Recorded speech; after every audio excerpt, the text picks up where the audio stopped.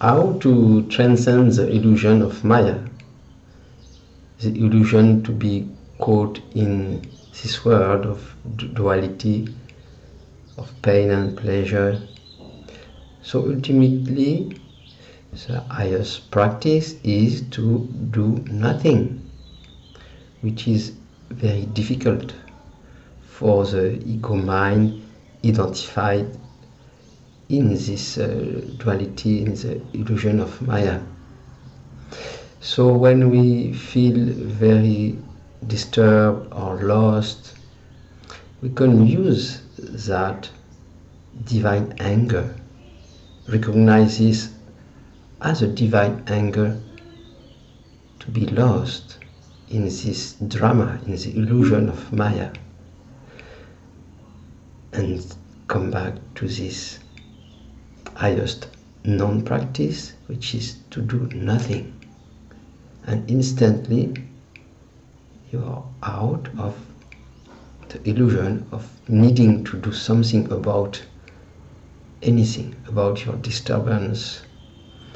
So that's how we can use every trigger in daily life as bells who are telling us where not to put our attention.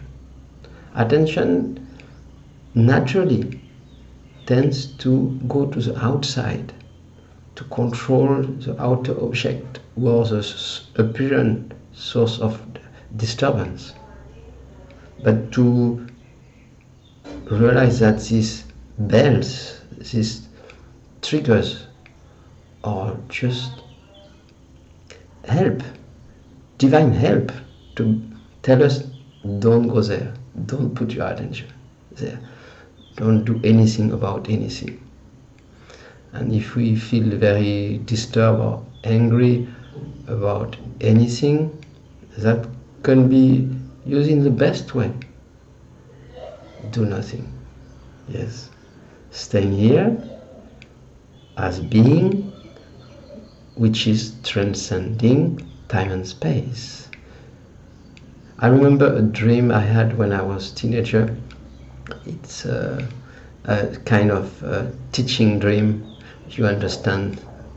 Many years later, I was in my parents' house as a teenager, and I had a dream that there was a very terrible dog.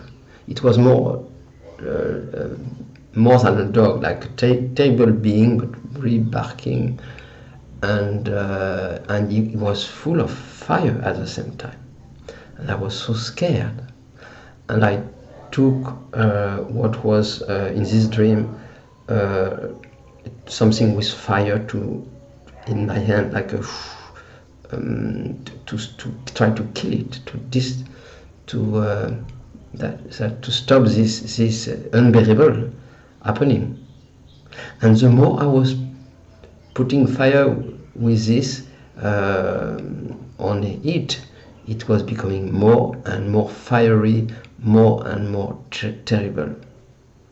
And in this, the dream stopped. So that is the story of Maya, and the more we try to control it, to get out of it, to do something about it, the more we confirm the reality of the illusion. So, of course, to come out of it, we all go. I have been also a lot of practices and search, and I still do, but to realize that all practices are leading to non-practice, to realize that your highest power is to have no power, which is being. If you use power to kill a power, then you are caught in this game of power. But the absolute, Shiva, the self, the pure being, is prior to any idea of power. It doesn't need to do anything to control anything, because he's out of it. We are out of it as a pure being. So to realize that not confirming illusion again and again, again and again and again. So they say in India, Tatwam Asi, you're that already. So all practices will lead to that realization that you're already that, which is ever realized, which does not need to be realized itself because it is already free. You are already free as that. So, but as we cannot receive this message because we identify as a body-mind, so when someone tell us this, you're already free, you have nothing to do, it resonates only with what we are identified with, identified being as I, which is, it's all about identification, which is I or me. So as we cannot receive this message, we go back to previous business, which is to do something about it, to practice, and we might do that for 30 years until we one day or progressively more and more receive this diamond that you have never been caught in anything in truth. You are not in this Maya. What you are is undisturbable by anything because it's not in time and space, this absolute eternal being. So this is coming to us from where it comes, and we receive it only from where we can hear it. But more and more it's shining by itself and resonating with something which is that itself. So this we cannot do about that anything, because it's not in doing, it's being. So that's absolute good news, because even all the dream of being in bondage and liberation happens in the pure sky of consciousness, which is our self.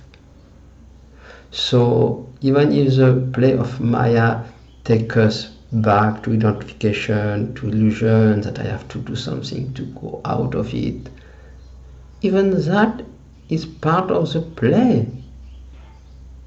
So for that, what I am as pure consciousness, it doesn't matter. For that, what I am, there is no need of liberation. There is no need of liberation, of realization. So, and the paradox is, it might continue to come back for the individual to identification, opening, closing, contracting, expanding. All these movements happen within the pure sky of consciousness that we are. So from there, or from here, that absolute consciousness, nothing is wrong or bad. All is perceived, these ideas and this separation of wrong and bad are only happening within the mind.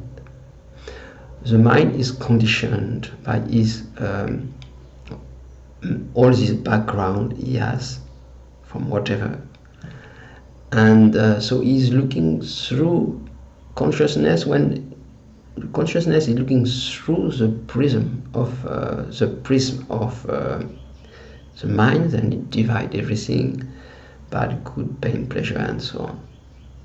But something through this absolute desire, which is an objectless desire, to be in yourself, to be free from this Maya, is coming by itself. It's a natural appearing as a movement, but in truth it's just a call to recognize itself as ever free, beyond any idea of movement or doing anything. So so many things happen in the world and in our private life around us, and which might challenge us again and again, so we can listen to this message again and again, and this awareness of what you are absolutely indifferentiated will merge more and more, and then yes, so it's a place going on by itself, and we can stay as that and stay in this highest known practice, which is doing nothing or being. Thank you for listening. So you can like the videos, subscribe to the channel. I will see you soon, and namaste.